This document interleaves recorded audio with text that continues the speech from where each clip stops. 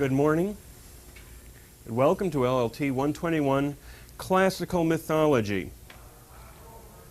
Today we're going to be picking up with what I like to think of as the ultimate soap opera of Greek mythology, the so-called Theban saga.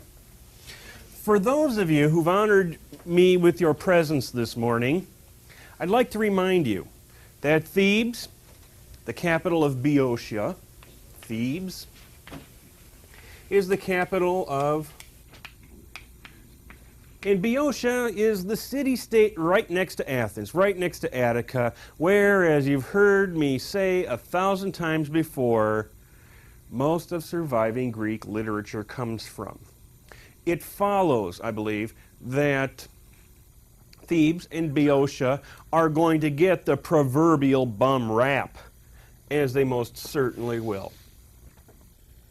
The Theban saga, however, begins not in Thebes, but in ancient Palestine.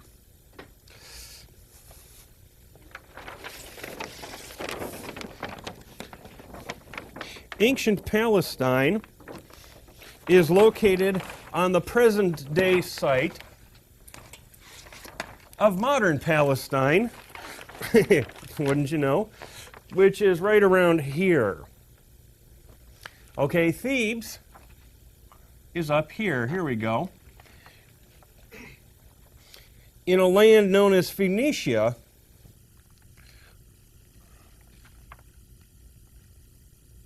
but now known as Lebanon, either Lebanon or something else. And the story involves a boy, a girl, and a bull. Hey, yeah. The boy and girl are the daughters of King Cadmus and Mrs. King Cadmus of Tyre. They have two kids, a girl named Europa and a boy named Cadmus. Europa is a very beautiful young woman. One day, Europa happens to be just walking by the seashore, and a very handsome bull comes up to her. The handsome bull is a very charming and friendly bull.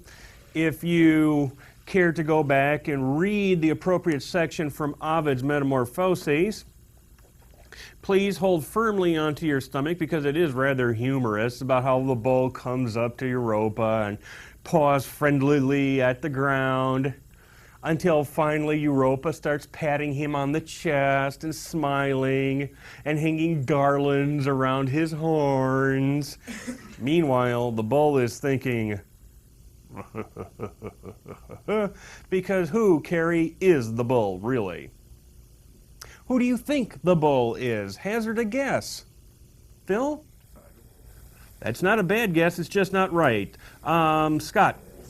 Zeus, darn it. That bull is Zeus. He's changed himself into a bull in order to ingratiate himself with Europa. Gentlemen, don't try this at home. It could be painful. Finally, Europa, the young woman Europa, climbs up on the bull's back and goes for a ride. A ride that ends on the island of Crete. Yes, it was. And by the time Europa gets to Crete, she is in the family way. Zeus and Europa mingle in love and have a kid by the name of Minos, who goes on to be the king of Crete, gets married to a woman with a thing for bulls, has a stepson who is part bull, and has a bull problem all the rest of his days. This is neither here nor there. We need to focus on Cadmus, the adoring brother. He finds out that his sister has run off or been taken away by a bull. Since there is no missing persons bureau in ancient Palestine, he goes to consult an oracle, the Delphic oracle, which has a 100% correctness ratio. And Mark, I'm not even going to answer your implicit question about how a kid growing up in Palestine is going to get the bright idea to consult a Greek oracle. No, Mark, no. Because the story, after all, demands it. I point out here, as a present to those of you who have honored me with your presence today, that legend, and you can write this down and spew it out for valuable points on your essay exam, because it's a sentence I made up myself and has been proven to be true, Kristen, really. Legend, by its very nature, contains a kernel of historical fact. Legend, by its very nature, contains a kernel of historical fact. Crystal? What do you mean by kernel? A little nugget, a little piece, a chunkoid. No, not a granule, because a granule is too small. Very shortly, this story, well, it's pretty weird already. But trust me, folks, it gets a lot stranger. And you're going to be very hard-pressed to think, what warped, sick mind came up with this pack of stories? I wouldn't blame you. I have wondered the same thing myself. But just remember that I said legend by its very nature contains a kernel of historical fact. And this one does. When Cadmus goes to the oracle, he is informed by the oracle, hey, that bull your sister ran off with, yeah, that's Zeus. Not much you can do about it, Cad. Okay.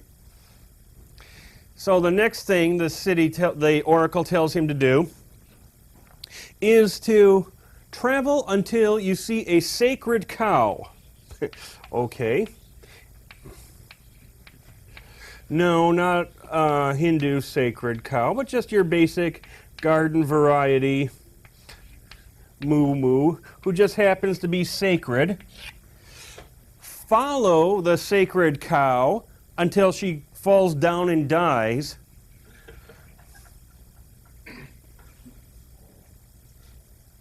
And found a city there.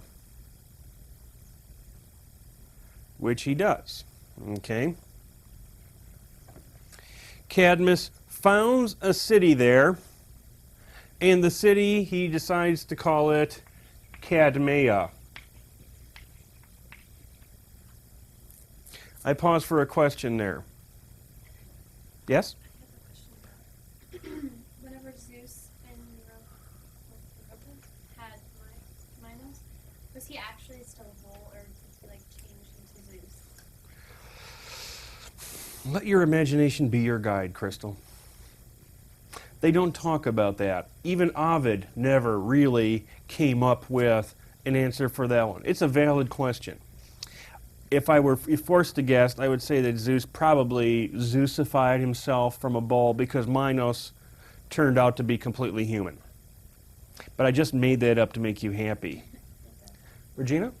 If the oracle is always 100% correct, how could somebody interfere with it and make up an answer that wasn't really what the oracle said? They could do that whenever they want. It's just a matter of getting away with it. And getting away with it depends on how dumb the person you're trying to mess over is. Okay? Somebody tries to convince me of a false oracle. I've got a PhD in this stuff. I'm not going to fall for it. If, on the other hand, you try to convince somebody who's really mentally challenged, you might get away with it. Okay, thank you, Josh. Thank you. So here's what happens. The cow dies. Cadmus decides to sacrifice it to the gods. But in order to have a good sacrifice, you need water. And there's water, all right. But the water hole is guarded by a giant serpent. That's the only way I know how to draw a snake. We could hold up Mike's hat if we wanted. He kills the snake, and all of a sudden this voice comes out from the sky. You have incurred miasma. Because the snake, as it turns out, is the son of Ares. I don't even want to make up an answer for how Ares, god of war, successfully begat a son who was in effect a serpent, but my sources tell me this happens all the time in classical mythology. And so I'm not even going to make one up for that. But Cadmus doesn't have to atone for this miasma immediately. He is informed that he will spend the rest of his life, after he goes on to be the king of this town, he will end his days as a snake. Well, that's something really worth looking forward to. I'm going to end my days as a snake. The next cute thing that he is told to do, or does, God bless you, is that he sows the dragon's teeth. He is told if he wants to populate the city, he is to sow the dragon's teeth, which he does. And all of a sudden, all sorts of armed men pop out of the earth, complete with all their necessary weapons, and start fighting him. But our hero, Cadmus, catches a clue. He takes this humongous rock, throws it into the middle of them, and they start fighting each other. Yes, until only 5 of them, the men, are left. These individuals founded 5 families called the Sparkoi, or the quote-unquote sowed ones. And they were considered to be the 5 leading families of ancient Thebes. You'll recall when we were discussing the legends of Attica about that interesting King Eryxthonius, who was born from an unusually fertile, shall we say, patch of ground. This is another legend which is basically cooked up to explain how the greatest families of our town literally popped out of the earth. It's none too satisfying, but this is the palette they had to work with.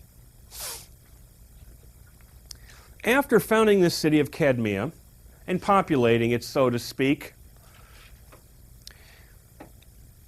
Cadmus is forced to atone for his miasma in killing the snake, who is the son of the influential war god Ares, by being purified by serving as Ares' servant for 7 years. Or 1 year, depending on what version of the myth. Maybe, I know they were dog years. At the end of his service to Ares, Cadmus is given as his wife the lovely Harmonia, daughter of Ares. Now, you may ask, how is it that a god of war, good god, what is it good for, is going to have a daughter named Harmonia? Because that's the way the story works out. Cadmus and his wife Harmonia have a number of kids. You may know them. There's Ino. Anybody remember Ino? Where was she last seen, Regina? Trying to get Zeus. Wicked stepmother from the Jason story. Way to go. You didn't say it was the cow. That was Io. Way to go, Regina. Put your head on the desk. You may take a nap for 5 minutes. Does anybody remember Agawe? Ooh. Anybody? You might remember her kid, Pentheus,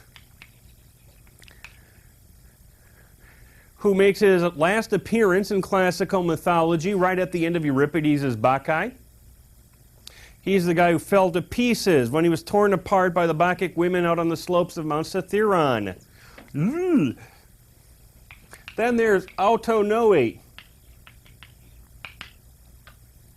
You may not remember her, but you may remember her son, Actaeon, the fellow who was torn to bits or sparagmossed by his own dogs after he saw the goddess Artemis naked.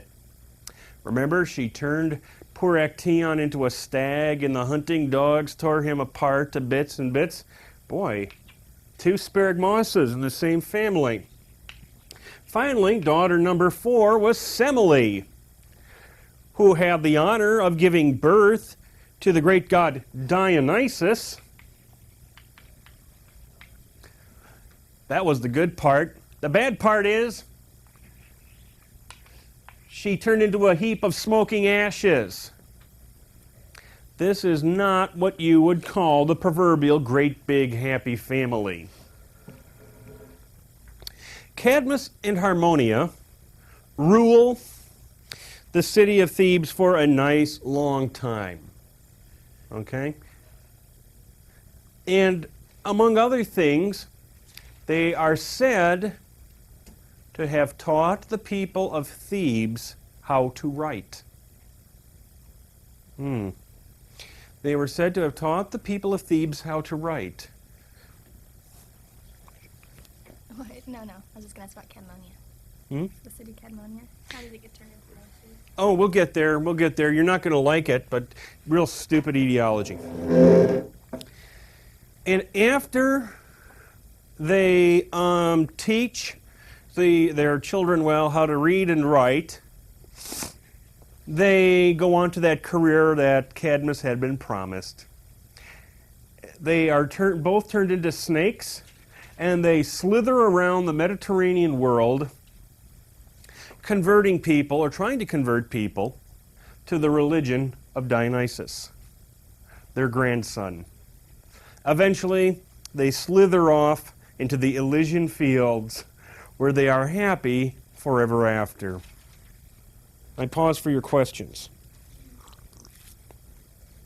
How come they didn't rule the city Cadmonia or whatever instead of Thebes? Well, that's what Fairlyn was kind of asking me too. Because, well, put it this way. Let's say that you were eventually going to have a granddaughter named Jennifer who is going to marry a guy named Bob. And you founded a city, right? Are you going to name it after your future granddaughter's husband? No, you will probably name it Crystal City or something after your own bad self. Cadmus, it makes sense that Cadmus is going to name the city Cadmea. It became known by another town, by another name, and we're going to make up a really stupid, entirely unsatisfactory etiology for it. You're not going to like it. Okay? My guess, and this is strictly a guess, is that the people of the town of Thebes wanted to say they were founded by a really neat hero. Okay, Athens was founded by Theseus. Okay, Argos, that's where Perseus came from. Mycenae has its own heroes, and here we are in stinky old Thebes, and we don't even have a great hero to claim as our founder. I know. Let's make up a story about how Cadmus actually founded our city. Do you see how that works? The people of Thebes probably wanted an extra prestige bump, and they couldn't say that their city was founded by somebody named Thebes, because there was nobody named Thebes that anybody ever heard of, so they take Cadmus instead. That's the best I can do. Wouldn't stop them from making up someone named Thebes. Oh, they did. It just, Phoebe turned out to be a girl. Okay, we'll get there in a second. I pause now for a kernel of historical fact.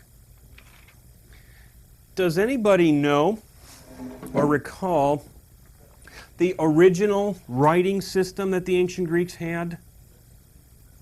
They used a pictographic system. Originally they had linear A, and linear B was a reformed pictographic system. What do I mean by pictographic? If I want to say, "My honey, I love you," I would draw, Winnie the Pooh's honey pot, and I a heart, which means love. I can't draw these characters for squat. And a little female sheep.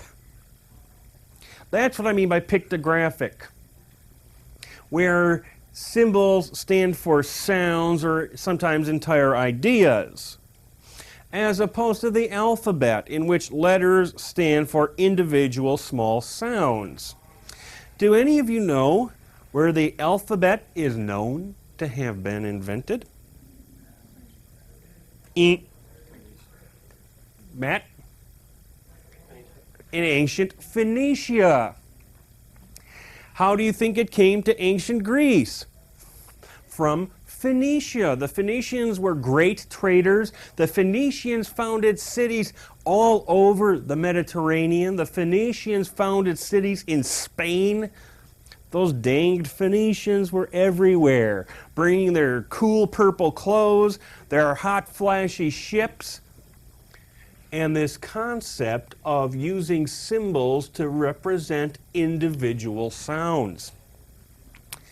The award-winning Phoenician word for ox. An ox is a neutered steer, bull, cow thing, is aleph. And they used, to represent the initial sound of aleph, a very simple, easy to draw, nothing near as artistic as I drew here, representation of the head of an ox. And they call that the letter aleph.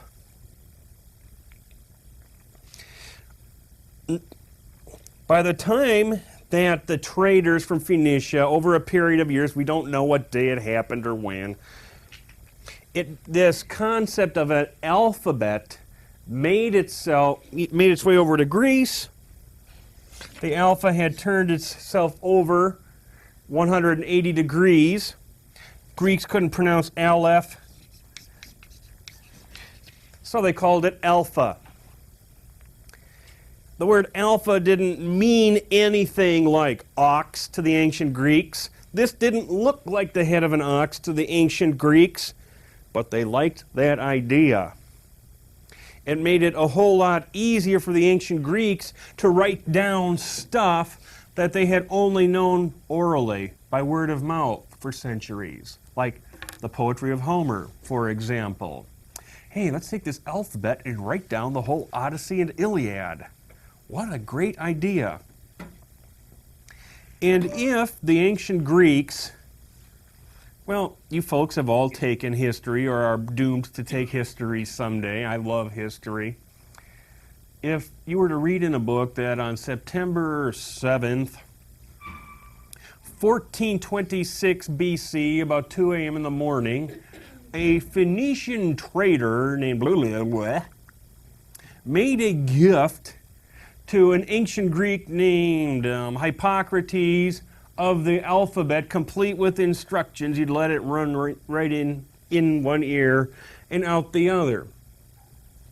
But through my telling you that this girl ran off with a bull, that's pretty cool, and eventually the Greeks learned how to read and write, you will remember for the rest of your life that what we now call the alphabet is something that the Greeks derived from the Phoenicians. Folks, it's a known fact. Hiding behind this silly legend of a man and a woman who got married and turned into snakes and went around as an Dionysiac evangelistic couple for years, spreading the good word of Dionysus. I mean, you think that's too weird. But buried in that story is a kernel of historical fact. I pause for a question up to this point. Mark? Cadmus was in the Bacchae, right? Yeah. He wasn't snakish then, was he? No, he was thinking about getting there. One of the neat things about ancient tragedy, Mark, and this is a good question, by the way, is that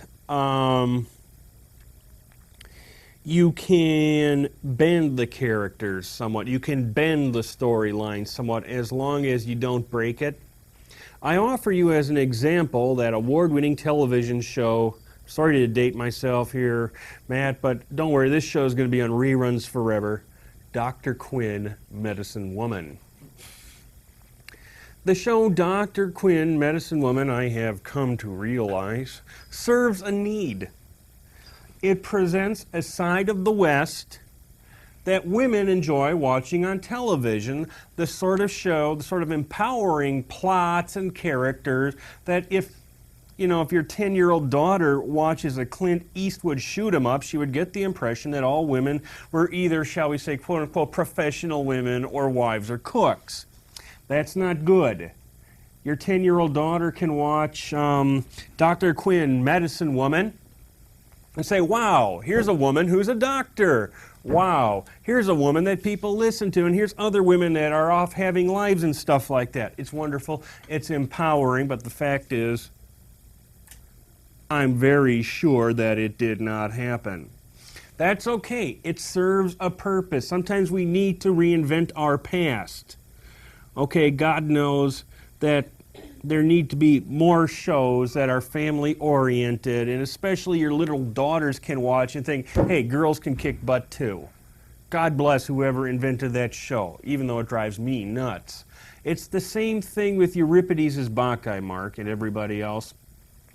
Euripides introduces the character of Cadmus into the play, even though most mythological traditions say he wound up as a snake.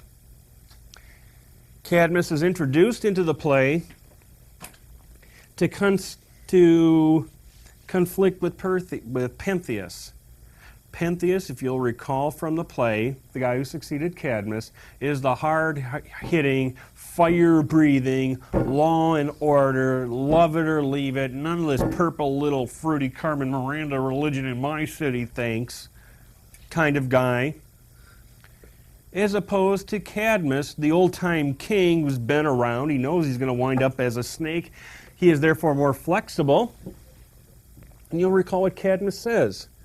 Yeah, I'm going to dress up in this leopard skin. I'm going to try this new religion out. It's good for the state. Only Cadmus could get away with saying that in the Bacchae. Cadmus shows a side that you might associate with political expediency. Cadmus thinks, well, if it's good for the state, I'm going to dance like a Dionysus girly and go out there and go woo, woo, woo. That, I submit, is what Cadmus is doing in the award-winning Bacchae of Euripides. Other questions? Ray? So do you, do you find places where you know they've lied? Yes. I see. That's all I wanted to know. At the very beginning of one of the very first pieces of Greek literature, I speak here of Hesiod's Works and Days, or it's either the Works and Days or Theogony. I think it's the Theogony. Hesiod describes himself as a poet, right? And he's just sitting under a tree in Boeotia. Hesiod, believe it or not, is from Boeotia, the one Boeotian who never gets dissed in all of ancient Greek literature. And he said the muses came to him. They called him a fat-bellied pig just sitting there snoring. He said, we're going to inspire you to write beautiful poetry. We're going to tell you all sorts of lies, too. Oh, yeah. They lied like rugs. They all did. I mean, think about Odysseus. You know, as he's lying, cheating, and fornicating his way through the second and first halves of the Odyssey. I added that as an afterthought. I mean, he just lies all the time. He lies to Athena. Okay? You know, Athena finds him sleeping. Odysseus wakes up, and Athena's disguised as a shepherd. She says, now who, sir, are you? And she knows who he is. She's Athena, damn it. Right? And Odysseus wakes up and stretches and goes, oh, I'm this mercenary. I was kidnapped by pirates, man. They just ditched me here. And she thinks, and she says, you lying sack of feces. I know you're Odysseus. Darn it. And every time Odysseus is asked who he is, he makes up this big, long lie about who he is. Just lies through his teeth all the time. He can't help it. And I can't help but think that this is Homer, the poet of the Odyssey, or whoever wrote the Odyssey, hinting that he or she, too, is a great, big, bleeping liar all the time. You see what I'm getting at? It's like when we reinvent our histories. When you're dating somebody and you're telling that special someone or the person you hope will be that special someone the history of your family. You know, your parents met in the prison. You know, oh, mom and dad were in this building together working. You know, you reinvented. You start out with the little bitty lies, like, no, you were the first one I ever dated and really loved. You know, and pretty soon it comes out, you know, that you loved so-and-so, so-and-so broke your heart. Yeah, everybody tells lies, Ray. But, I mean, if they do it in the sense that they think a lie is better than the truth. Sometimes a lie is better than the truth. Their idea of the truth. Because their idea of the truth is the best idea of the truth. My idea of this is getting too metaphysical. Okay. We need to make the story move along. I obviously get wound up about this subject. We can take it up in the parking lot after class. But sometimes a lie is better than the truth. I say that from the bottom of my heart. I lie to you people like a rug all the time, and it's part of my success as your teacher. Now, especially about, well, how did I lie to you about a test? Supposedly Pentheus succeeds Cadmus, one way or another. We know what end Pentheus came to. He was torn apart bit by bit by his mom and his aunts out on the back of Mount Cithaeron. He was succeeded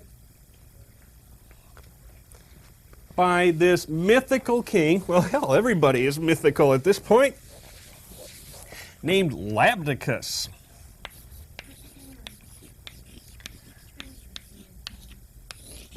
Cadmus was succeeded by Labdacus. Pentheus. Yeah, what I said. Pentheus was succeeded by Labdacus. We're going to leave Labdacus here for the time being so that we can get into an utterly, unbelievably confusing story, account, one of which not even Herodotus or Thucydides could make sense in the long run. Labdacus dies, leaving behind an infant son named Laius. Since Laius is too young to rule Thebes, he's just a little baby, Laius goes off and lives in the city of Argos. And this dude by the name of Lycus, this dude by the name of Lycus, who is the uncle of Laius, and don't ask me how the family tree works out. I don't know. Morford doesn't know. Leonardon doesn't know. Ovid doesn't know. Zeus doesn't know.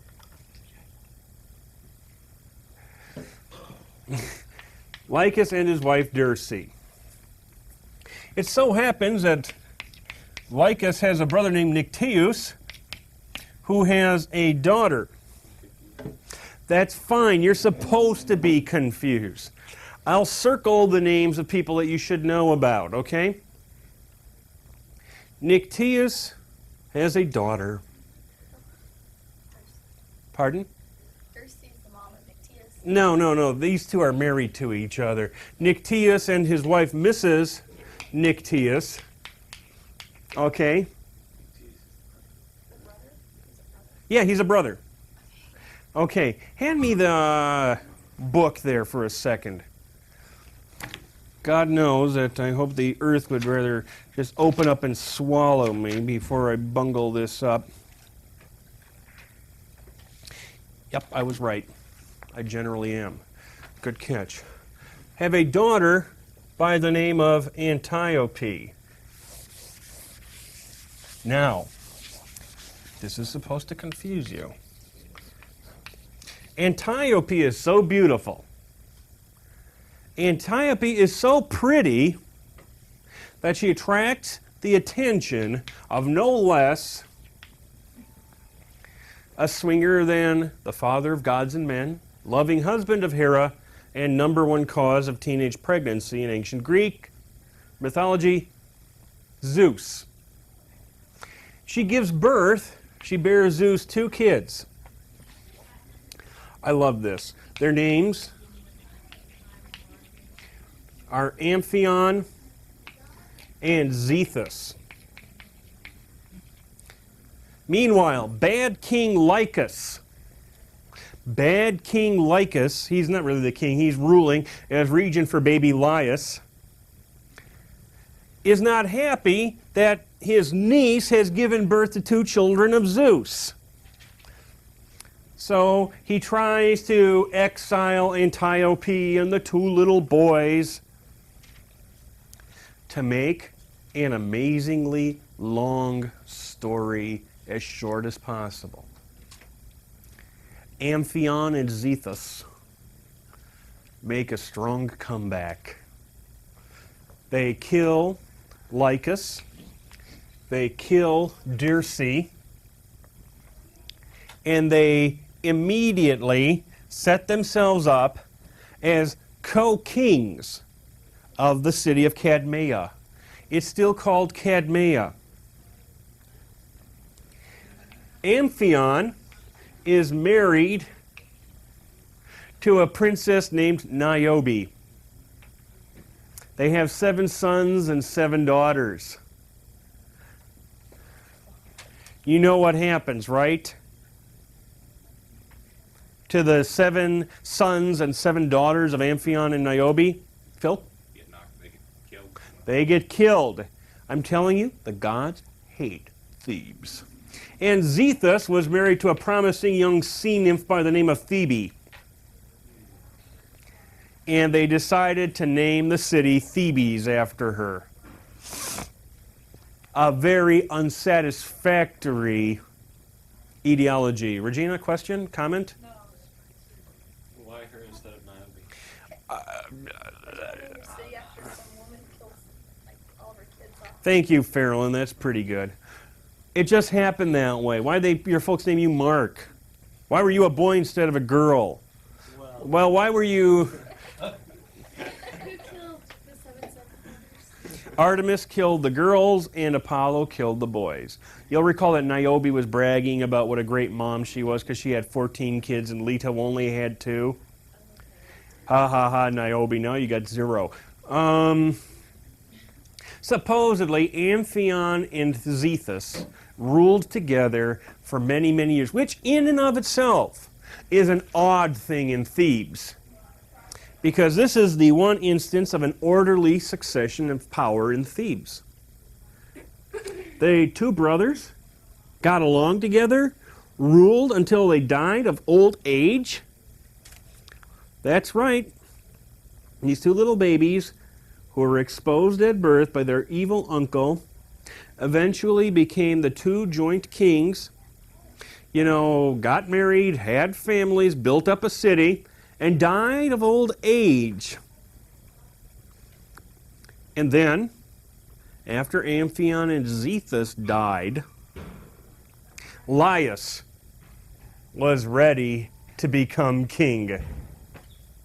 Laius was the son of Labicus. Yes, and Lycus then.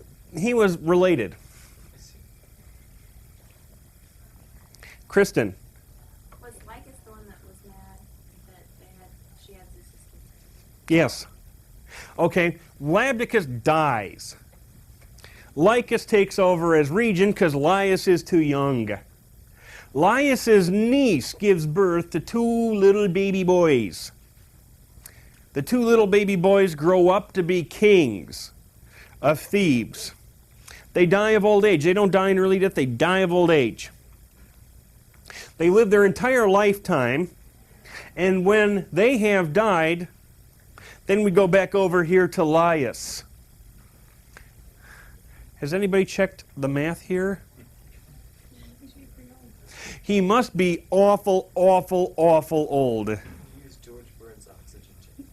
No, he is somewhat of a medical miracle, but that's not it. Apparently, Laius just lived in Argos. Actually, he lived in Elis. It was Elis, actually, with Pelops for years and years and years and years and years. He got kind of lonely after a while, and in one instance, Laius ran off with, what the hell was this guy? The son of Pelops. Just took him across the state line for immoral purposes. Chrysippus, that was his name. Doesn't matter. What does matter is Pelops was so angered at Laius's ingratitude. Here, I put you up for 93 years,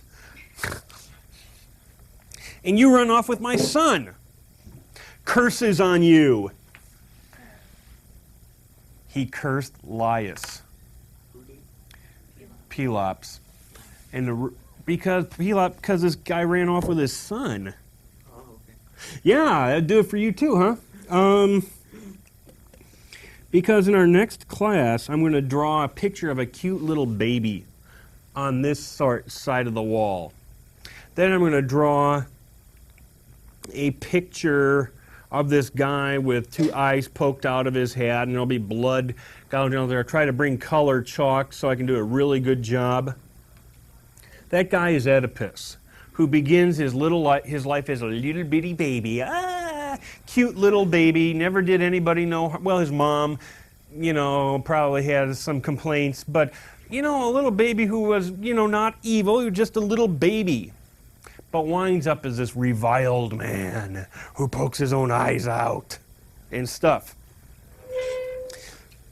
And you're going to ask, what the heck did Oedipus do wrong? One very good answer is nothing. This is the old curse on his old man coming home to roost. Well, to make an interminable story short, I have your undivided attention for about 3 more minutes. Laius eventually gets to become king of Thebes. Laius gets married to a lovely princess by the name of Jocasta. Laius and Jocasta rule as king and queen for a while. But they've got a problem. They cannot beget an heir. This is important, as I've mentioned before. It's important to have an heir because it reduces greatly the chances of a civil war. And this is, after all, Thebes, the city that the gods love to hate. Yeah, sometimes it's an I also. Since there is no such thing as a fertility clinic in ancient Greece, Laius goes to the Delphic oracle. How can my wife Jocasta and I beget an heir? We've tried the usual method.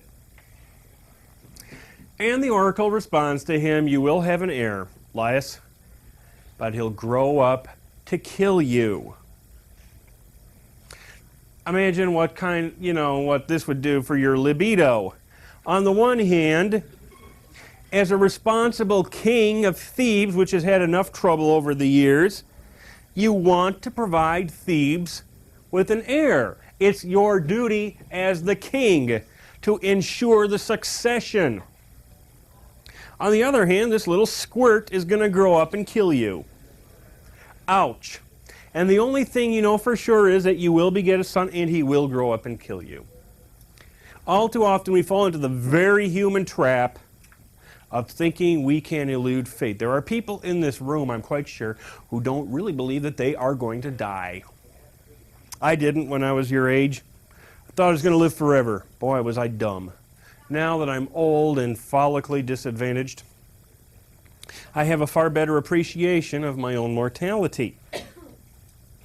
Laius, being human, Jocasta, being human, think, well, the Delphic oracle is always right. But what are we going to do? Fold up our tents and quit?